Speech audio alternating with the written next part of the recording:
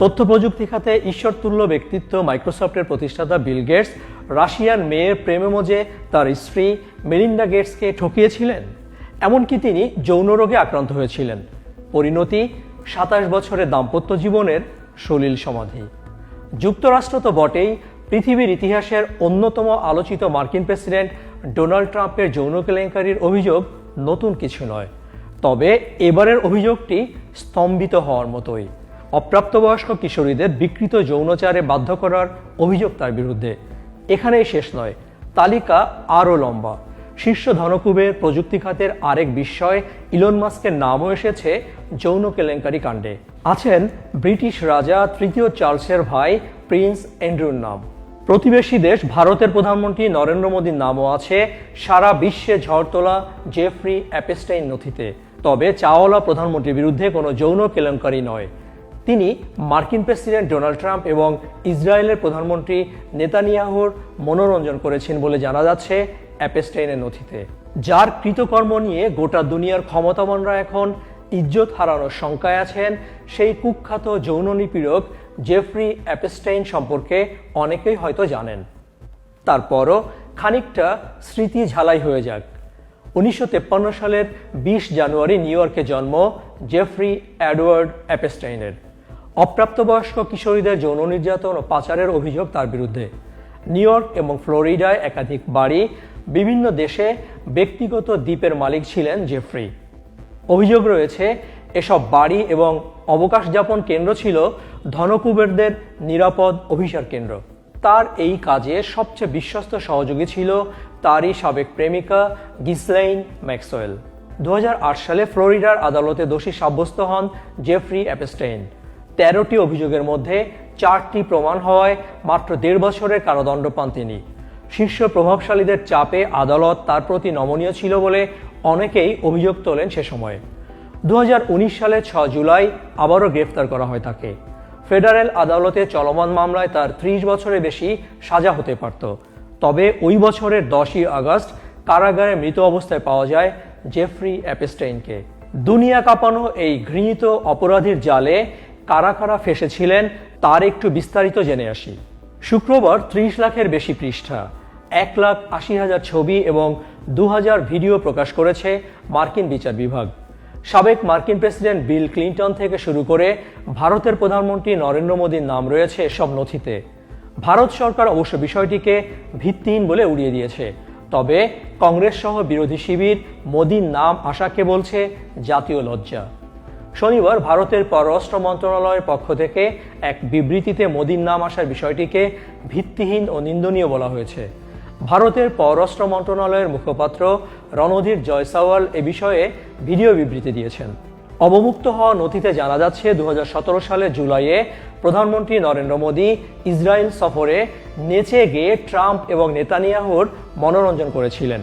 এ বিষয়ে কংগ্রেস নেতা রাহুল গান্ধী, জয়রাম রমেশ এবং পবন খেরা বলেছেন এটি ভারতের মর্যাদা ক্ষুণ্ণ করেছে। ভারতীয় গণমাধ্যম এনডিটিভি জানাচ্ছে নতুন প্রকাশিত নথিগুলোর মধ্যে কিছু খসড়া ইমেইল আছে যেগুলো অ্যাপস্টাইন লিখেছিলেন বলে মনে করা হচ্ছে। আর এসব বিল গেটস সম্পর্কিত। এসব ইমেইলে দাবি করা হয় গেটস কথিত রুশ মেয়েদের সঙ্গে যৌন সম্পর্কের পর যৌন রোগে আক্রান্ত হয়েছিলেন, আর তা তার তৎকালীন স্ত্রী মেলিন্ডা গেটসের কাছে গোপন করার চেষ্টা করেছিলেন। অন্য একটি খসড়া ইমেইলে অ্যাপস্টাইন অভিযোগ করেন বিল গেটস নিজের ভাবমূর্তি বাঁচাতে মেলিন্ডাকে তার অজান্তেই অ্যান্টিবায়োটিক খাওয়ানোর জন্য তার উপদেষ্টা নিকোলিচের কাছে সাহায্য চেয়েছিলেন। ওই নথিতে সতর্ক করা হয়েছিল মেলিন্ডা যদি প্রকাশ্যে বিবাহ বিচ্ছেদের মামলা করেন তবে তাদের দাতব্য কার্যক্রম বিলিয়ন ডলারের ক্ষতির মুখে পড়বে। অবশ্য বিল গেটসের একজন মুখপাত্র সব অভিযোগ প্রত্যাখ্যান করেছেন। তিনি বলেন এই নথিগুলো কেবল অ্যাপস্টাইনের হতাশা এবং কাউকে ফাঁদে ফেলা বা মানহানি করার জন্য যে সে কত দূর যেতে পারে তারই প্রমাণ। এই দাবিগুলো সম্পূর্ণ অবাস্তব ও মিথ্যা। কুখ্যাত যৌন নিপীড়ক জেফ্রি অ্যাপস্টাইনের সঙ্গে ব্রিটিশ ধনকুবের স্যার রিচার্ড ব্র্যানসন এবং মার্কিন ধনকুবের ইলন মাস্কের সম্পর্ক যে গভীর ছিল তা নিয়ে এখন আর সন্দেহের অবকাশ রইল না। প্রকাশিত নথির কিছু ইমেইল থেকে জানা যায় মাস্ক ও অ্যাপস্টাইন কমপক্ষে 2 বার তথ্য আদান প্রদান করেছেন। এতে অ্যাপস্টাইনের মালিকানাধীন লিটল সেন্ট জেমস দ্বীপে মাস্কের ভ্রমণের পরিকল্পনা নিয়ে আলোচনা হয়েছে। মাস্ক ও অ্যাপস্টাইন 2012 ও 2013 সালে ওই ইমেলগুলো চালাচালি করেন। এলন মাস্ক 2013 সালের 13 ডিসেম্বর অ্যাপস্টাইনকে লিখেছিলেন, ছুটিতে আমি সেন্ট বার্টস এলাকায় থাকব, সেখানে যাওয়ার ভালো সময় কোনটা? বলে রাখা দরকার, সেন্ট বার্টস একটি ক্যারিবীয় দ্বীপ। ধনকুবের এবং তারকারা অবকাশ যাপনে ওই দ্বীপে যান। অ্যাপস্টাইন লিখেছেন, 1 থেকে 8 জানুয়ারির মধ্যে যে কোনো দিন তুমি আসতে পারো, তোমার জন্য আমার দরজা সবসময় খোলা। অ্যাপস্টাইন 2012 সালের নভেম্বরে ইমেইলে মাস্ককে জিজ্ঞেস করেছিলেন, দ্বীপে আসার হেলিকপ্টারে আপনারা কজন থাকছেন? জবাবে মাস্ক লিখেছিলেন, সম্ভবত শুধু তালুলা ও আমি।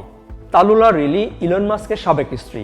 2013 সালের 11 সেপ্টেম্বর অ্যাপস্টাইনকে পাঠানো এক ইমেইলে রিচার্ড ব্রানসন লিখেছেন, গতকাল আপনার সঙ্গে দেখা হয়ে সত্যিই দারুণ লাগলো। যখনই আপনি এই এলাকায় আসবেন আপনার সঙ্গে দেখা হবে বলে আশা করি, তবে শর্ত হলো আপনার হারেমকে সঙ্গে নিয়ে আসতে হবে। যুক্তরাজ্যের রাজা তৃতীয় চার্লসের ভাই প্রিন্স অ্যান্ড্রুর নামও নথিতে রয়েছে। ব্রিটিশ রাজপরিবারের এই সদস্য 2010 সালের সেপ্টেম্বর মাসে অ্যাপস্টাইনকে তার লন্ডন সফরের সময় বাকিংহাম প্যালেসে আমন্ত্রণ জানান। তাদের মধ্যে ইমেইল আদান প্রদান হয়েছে। এতে দেখা যায় অ্যান্ড্রুকে অ্যাপস্টাইন লিখেছেন, আমি কোন সময় এলে আপনার ভালো লাগবে, আমাদের একান্ত সময়ও দরকার হবে। অ্যান্ড্রু জবাবে লিখেছেন, আমরা বাকিংহাম প্যালেসে রাতের খাবার খেতে পারি এবং সেখানে ব্যক্তিগত গোপনীয়তা থাকবে। ট্রাম্পের বাণিজ্যমন্ত্রী হাওয়ার্ড লুটনিকের সঙ্গেও যোগাযোগ ছিল জেফ্রি অ্যাপস্টাইনের। প্রকাশ হওয়া ইমেইলে দেখা গেছে ব্যবসায়ী হাওয়ার্ড লুটনিক 2012 সালের ডিসেম্বরে অ্যাপস্টাইনের ক্যারিবীয় দ্বীপে দুপুরের খাবার খাওয়ার পরিকল্পনা করেছিলেন। লুটনিকের স্ত্রী অ্যাপস্টাইনের সহযোগীকে লিখেছিলেন, আমরা সেন্ট থমাস থেকে আপনার দিকে আসছি, কোথায় নোঙর করতে হবে তাও জিজ্ঞেস করেছেন তিনি। প্রয়াত দণ্ডপ্রাপ্ত যৌন অপরাধী অ্যাপস্টাইন একসময় ট্রাম্পের ঘনিষ্ঠ বন্ধু ছিলেন, স্বীকার করেছেন ডোনাল্ড ট্রাম্পের সাবেক ব্যক্তিগত আইনজীবী, বর্তমানে মার্কিন ডেপুটি অ্যাটর্নি জেনারেল টড ব্লাঞ্চ। তবে অ্যাপস্টাইন সম্পর্কিত বিপুল নথিপত্র পর্যালোচনায় বিচার বিভাগের ওপর হোয়াইট হাউস প্রভাব খাটায়নি বলে দাবি করেন তিনি। মার্কিন বিচার বিভাগ বলছেন, নতুন নথিগুলোর কোনোটির মধ্যে 79 বছর বয়সী ট্রাম্পকে নিয়ে কিছু মিথ্যা ও অতিরঞ্জিত অভিযোগ রয়েছে। মার্কিন কংগ্রেসে পাশ হওয়া অ্যাপস্টাইন ফাইলস ট্রান্সপারেন্সি আইনের আওতায় দেশটির বিচার বিভাগ অ্যাপস্টাইনের অপরাধ সংক্রান্ত নতুন নথিগুলো প্রকাশ করেছে। তবে নথির কোনো জায়গায় কালো রঙে ঢেকে দেওয়ার সমালোচনা রয়েছে, আবার কিছু নথি প্রকাশ করাই হয় নাই। এটি নিয়ে নানা রকম অনুমান রয়েছে। তবে নথি প্রকাশের পর মার্কিন ডেপুটি অ্যাটর্নি টড ব্লাঞ্চ দাবি করেছেন, বিচার বিভাগ অ্যাপস্টাইনের সঙ্গে জড়িত 1200-এর বেশি ভুক্তভোগী কিংবা তাদের স্বজনকে শনাক্ত করেছে। তাদের নিরাপত্তার কথা ভেবে সব নথি প্রকাশ করা হয় নাই। আসল কারণ যাই হোক না কেন, মার্কিন বিচার বিভাগকে ধন্যবাদ দেওয়া যেতে পারে এমন স্পর্শকাতর নথি উন্মুক্ত করে দেওয়ার সাহস দেখানোর জন্য। এতে করে বিশ্বজুড়ে মিলিয়নিয়ার এবং বিলিয়নিয়ারদের অনেকের আসল চরিত্রের কিছুটা জানার সুযোগ হলো। যুক্তরাষ্ট্রের মানুষ এবং রাজনীতিকদের অব্যাহত চাপের ফলে অ্যাপস্টাইন এবং তার প্রেমিকা ম্যাক্সওয়েলের ঘৃণ্য কর্মকাণ্ডের তথ্য প্রকাশ হলো।